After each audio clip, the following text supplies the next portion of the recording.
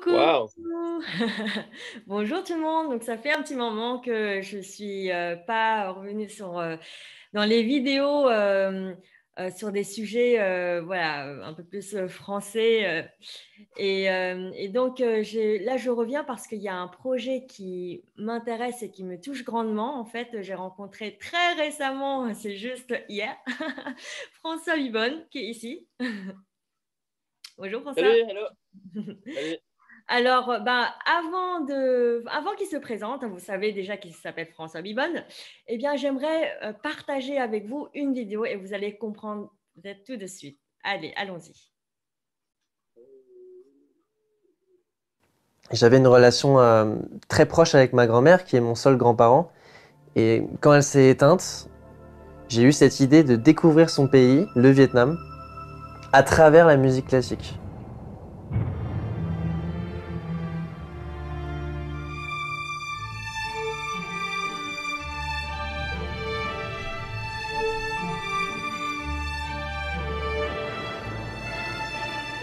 Le symbole de ce documentaire, c'est ce pont, cette idée de lien entre le Vietnam et le monde à travers la musique. Et pas seulement la musique classique au final, la musique traditionnelle vietnamienne aussi. I think there's a very strong bond between Vietnam and France.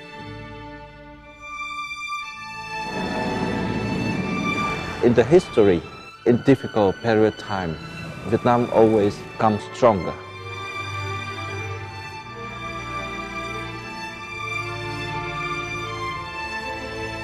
Quand je vois la musique vietnamienne dans l'avenir, je vois tout d'abord le développement de la tradition.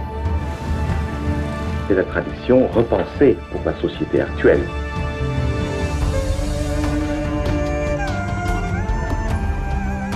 Au fur et à mesure de mon parcours, je suis sorti du cadre initial qui était l'orchestre et je me suis évadé du système urbain donc de la ville qu'on associe généralement à la musique classique.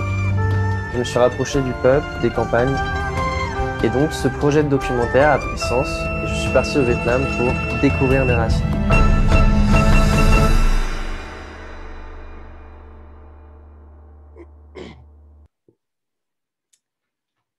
Eh bien, voilà. Wow, ok. Donc, justement, François, a priori, tu as un projet. Voilà, est-ce Oui, que tu peux en parler? ok. Donc le projet, il démarre avec ce documentaire. Donc vous venez de voir la bande-annonce. Et donc ça s'inscrit dans une démarche un peu de retour aux sources, donc au Vietnam, à partir de la musique classique. Et il y a cette idée de voyage, de passerelle vers la musique traditionnelle. Donc cette connexion France-Vietnam et qui est assez intéressant puisque c'est un sujet qui n'a pas vraiment été creusé encore du point de vue des universitaires, mais aussi du point de vue du grand public.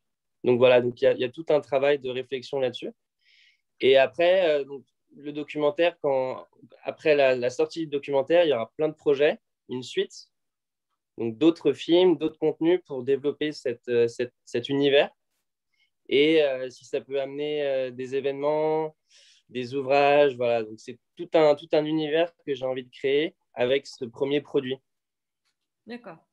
Et en fait, justement, tu as créé une plateforme participative pour financer ce projet de documentaire sur la musique classique au Vietnam. Voilà, en fait, c'est avec Indiegogo, c'est le site américain donc, de financement participatif. Et on a besoin aujourd'hui donc, de 12 000 euros pour mener à bien ce projet de documentaire. Donc, on a engagé déjà tout le travail de post-production donc pour monter le documentaire avec une équipe. Donc, les 12 000 euros serviront à rembourser le studio, à engager après un traducteur, à verser de l'argent pour le marketing, pour la communication.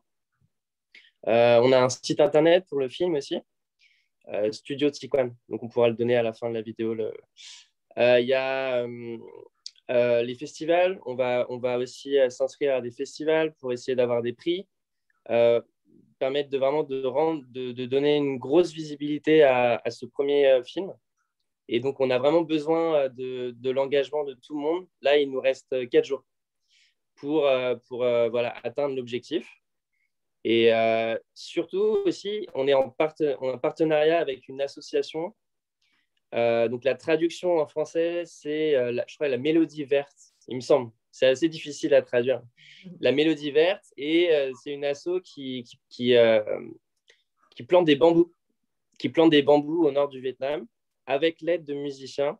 Et donc, ce sont des musiciens que j'ai filmés pendant un des festivals qu'ils ont organisé pour promouvoir ce plan de reforestation. Et j'ai adoré cette idée d'association entre développement durable et musique. Et je pense que c'est une philosophie de la musique qui est très intéressante, c'est de s'inscrire vraiment dans des projets comme ça pour la société. Et voilà, donc il y aura 10% du financement qui sera reversé à l'asso. Donc 10% de 12 000, donc 1 200 euros. D'accord, super. Donc déjà, en fait, en participant à cette plateforme, on participe aussi finalement indirectement à la reforestation des forêts de bambou, hein. C'est bien ça? Oui, Mm. et c'est pas seulement pour l'environnement, parce qu'il y a quand la déforestation, c'est aussi les inondations, puisque les terrains sont moins tenus par les arbres. Et donc, ça cause il y a des dégâts humanitaires. Donc, c'est aussi un enjeu social, en fait. Parce que j'ai eu des retours de gens qui disaient qu'effectivement, ils préfèrent donner pour l'éducation, pour des écoles, etc., ce qui est tout à fait honorable. Mais je voudrais aussi dire quand même que cette association, elle a vraiment une visée humanitaire quand même aussi. Les premiers touchés par la déforestation, ce sont les humains.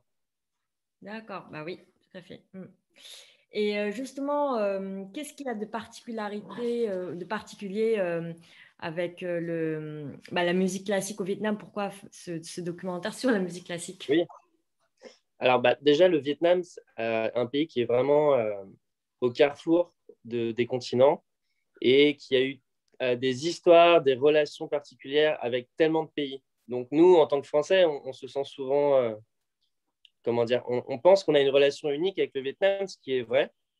Mais on découvre très vite que le Vietnam a des relations privilégiées avec tellement de pays et qui sont vraiment, c'est vraiment un melting pot. C'est très cosmopolite le Vietnam aussi.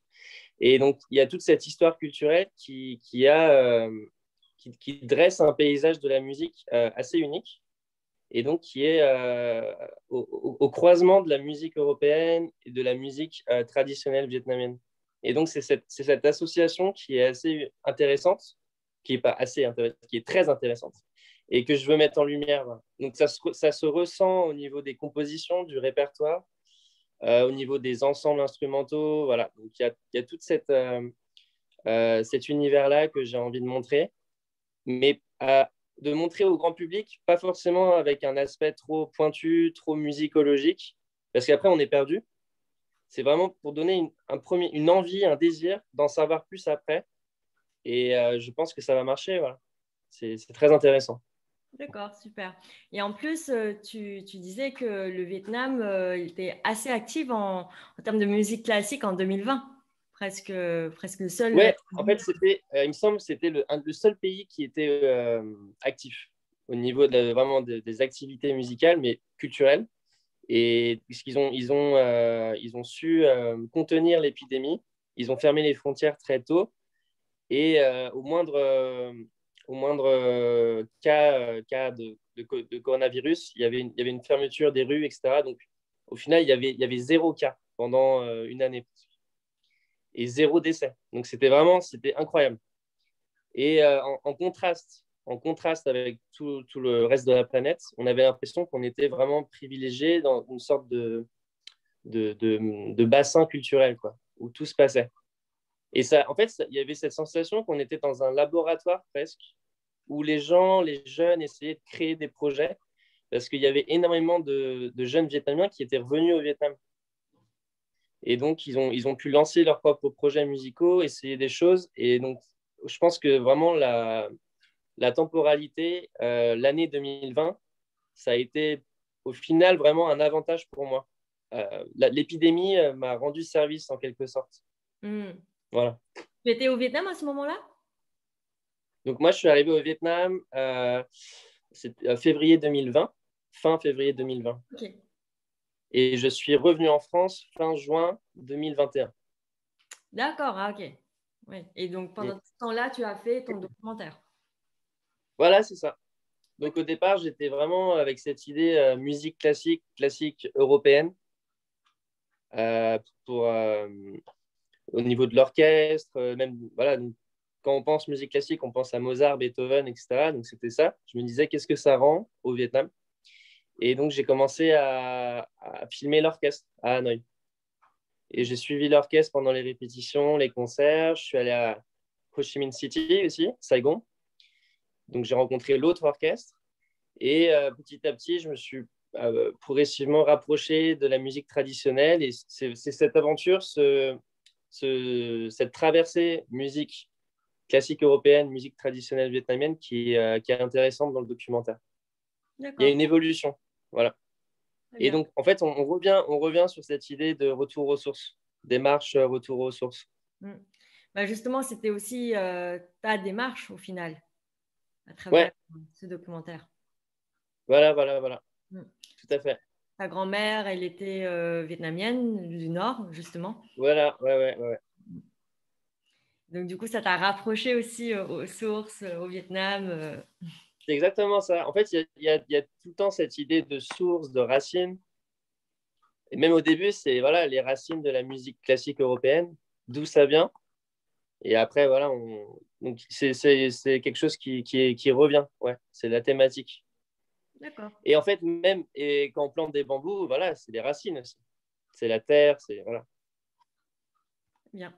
Bah, du coup, je vais vous montrer là en partage d'écran, justement, hop là, la plateforme participative en question. Donc là, vous avez le documentaire qu'on vient de voir. Donc là, justement, il nous reste 4 jours. Donc la date limite, c'est le 30 octobre. Donc, voilà, tout est possible. Hein. Et les craintes, de toutes les façons, voilà, si vous participez, l'argent sera quand même utilisé, c'est ça? Même si, oui. Même si le montant n'est pas encore atteint. Voilà, on appelle ça flexible goal. Donc, c'est une option de la plateforme qui est, on ne prend pas le risque. Voilà, quoi qu'il arrive, on a le montant qui est donné, mais il y a une taxe qui est supérieure. Ouais. Et c'est surtout, voilà, c'est aussi pour l'avenir du projet, de tout cet univers, de tout ce qui va se passer après, c'est bien de démarrer avec quelque chose qui marche et de rassurer tous les partenaires et les gens qui vont investir pour les projets futurs. Donc là, c'est l'orchestre vietnamien en question. Voilà. L'orchestre, ça, c'est le Vietnam National Symphony Orchestra. D'accord. Et donc, justement, là, ici, voilà, bon, le site est en anglais, hein, mais là, en fait, c'est aussi les détails, justement, du montant en question. Ouais.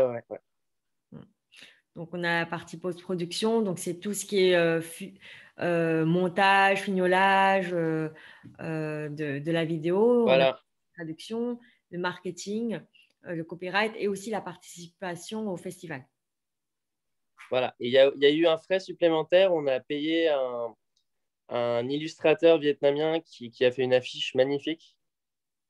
Et voilà, le prix était de 500 €, mais bon, on a pu, on se débrouille, quoi. Mais voilà, il y a d'autres choses qui rentrent en jeu et c'est vraiment un projet sérieux qui fait travailler des gens aussi. Voilà, c'est ça qu'il faut comprendre. C'est vraiment une équipe, c'est quelque chose de collectif. Donc là, nous avons voilà, les donateurs. Et donc, si vous choisissez le package que vous souhaitez, par exemple, vous cliquez ici et puis après, vous cliquez sur Get this perk. Donc, c'est avoir en fait ce package, quoi, en gros. Voilà, ouais, c'est un langage particulier sur leur plateforme. Ouais, c'est ça.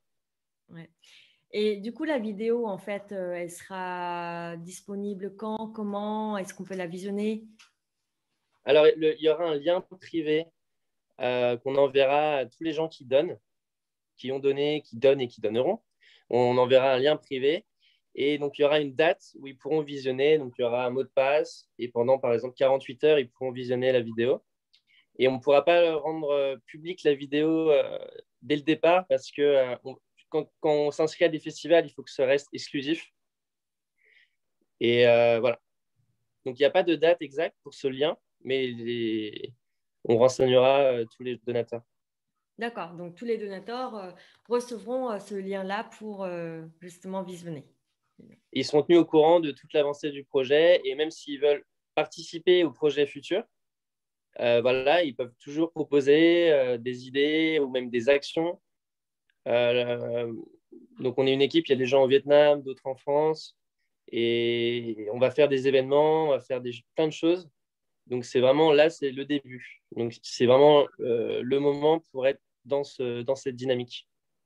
Ok, très bien. Et donc, au final, dans quelle démarche voilà, tout ça s'inscrit, ce montage? Donc, la démarche globale, comme je disais, c'était la démarche de retour aux sources. C'est ce que j'ai bien. D'ailleurs, dans les gens qui donnent pour ce projet, il y a énormément de gens qui ont des origines vietnamiennes ou alors des Vietnamiens qui apprennent le français. Donc, c'est cette démarche aussi d'échange culturel de ce que font finalement les ambassades avec les instituts, etc. Sauf que là, c'est quelque chose, c'est un univers qu'on crée nous-mêmes.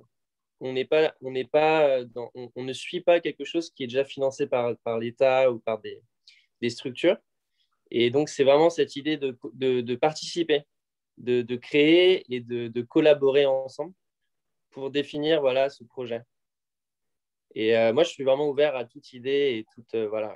Mais le fil rouge, c'est cette idée d'échange culturel quand même. D'accord. Et mieux comprendre le Vietnam. Ouais. Mieux comprendre le Vietnam et également aussi faire découvrir. Et le point de vue. Oui, et puis aussi, donc, les Vietnamiens adorent le point de vue, le fait qu'ils ont un point de vue extérieur sur leur pays et une lecture différente du pays. Donc, il y a ça. D'accord. Et sur la suite, du coup, c'est quoi tes projets? Alors, le prochain film, je veux retourner au Vietnam donc, dès que les frontières vont réouvrir. Donc, apparemment, ce ne sera pas avant le mois de juin, mais voilà. Et c'est de partir sur l'île de Con Dao. Donc, c'est tout au sud du Vietnam et il y a une histoire particulière puisque c'était la prison pendant la guerre d'Indochine et après les autres guerres au Vietnam. Et donc, il y a toute une histoire de fantômes autour de cette île. Et il y a aussi un compositeur, Camille Saint-Saëns, français, qui est parti sur cette île en 1895 et qui a fini un opéra là-bas déjà, et qui avait écrit une lettre où il s'indignait justement de la situation indo-chinoise. Et c'était un des premiers Français contre la colonisation. Et c'est symbolique. Voilà, donc c'est le point de départ d'un prochain film. Et après, il y aura toute une enquête sur la musique ethnique à Dalat et à Hue. Donc plus dans la région du sud et du centre du Vietnam. Et tu m'avais dit aussi que tu voulais faire venir un orchestre en France. Oui, alors ça, oui. Donc là, il y a aussi une idée pour un événement. Ce serait effectivement d'inviter l'orchestre du Vietnam à jouer. Donc si ce n'est pas l'orchestre, ça peut être un ensemble plus réduit, mais de faire vraiment quelque chose de symbolique, de très fort, en invitant des musiciens vietnamiens qui peuvent ça se trouve peut-être qu'ils ne sont jamais allés en France, je ne sais pas. Mais voilà, il y a cette idée de faire venir des gens, les Vietnamiens, pour partager leur répertoire vietnamien. Et voilà, ça, ce serait magnifique. Donc, par exemple, en 2023, ce sera les 50 ans des accords de paix de Paris. Donc, ce serait une symbolique très forte. Donc là, c'est même de la diplomatie culturelle. Super. Ça, c'est vraiment un horizon très intéressant. Bon, voilà, donc c'est vraiment pour des projets comme ça. Il y a bien sûr énormément de projets qui existent. Voilà, par hasard, tu es venu à moi et donc du coup, moi, ça me parlait aussi. Oui. Mon petit frère, il est lui-même donc au Vietnam et il est dans la musique classique. En tout cas dans le domaine musical. Et puis voilà, le projet m'a touchée et j'ai toujours été touchée par des démarches en fait personnelles, des projets qu'on a envie de faire et quoi qu'il en soit, on le fait. Voilà. Et d'ailleurs, tu as fait le projet vraiment par toi-même. C'est toi-même qui a filmé, voilà, donc il n'y a pas eu un média pour l'instant qui t'a soutenu, si je comprends bien. Et donc, voilà, pour moi, c'est mon moyen à moi de te donner en fait un coup de boost et puis de transmettre cette flamme d'espoir sur, voilà, sur le fait de suivre justement ses rêves, ses envies, ses projets et avoir de l'ambition. Surtout, en fait, ça s'inscrit dans une démarche de reconnexion déjà finalement à soi-même puisque ses racines, ça parle de son identité. Et moi, voilà, je suis très touchée par toutes ces démarches-là. Superbe. Merci à toi en tout cas. Donc, merci à toi et merci aux personnes qui nous regardent. Moi-même, donc voilà, j'ai participé également en fait à ce projet. Peu importe hein, le montant déjà que vous avez envie de participer et de soutenir. Je pense que un peu de chaque personne finalement, voilà, ça aura cet cet effet papillon ou cet effet de boule de neige. Donc, merci à vous tous d'avoir suivi jusque-là. Et merci. À très bientôt également sur ma chaîne. N'hésitez pas à vous abonner et à activer en fait les notifications en cliquant sur la cloche. Voilà, et likez cette vidéo et partagez cette vidéo aux personnes qui pourraient être intéressées. Merci beaucoup. Au revoir. Bye bye. Merci. Ciao. Salut.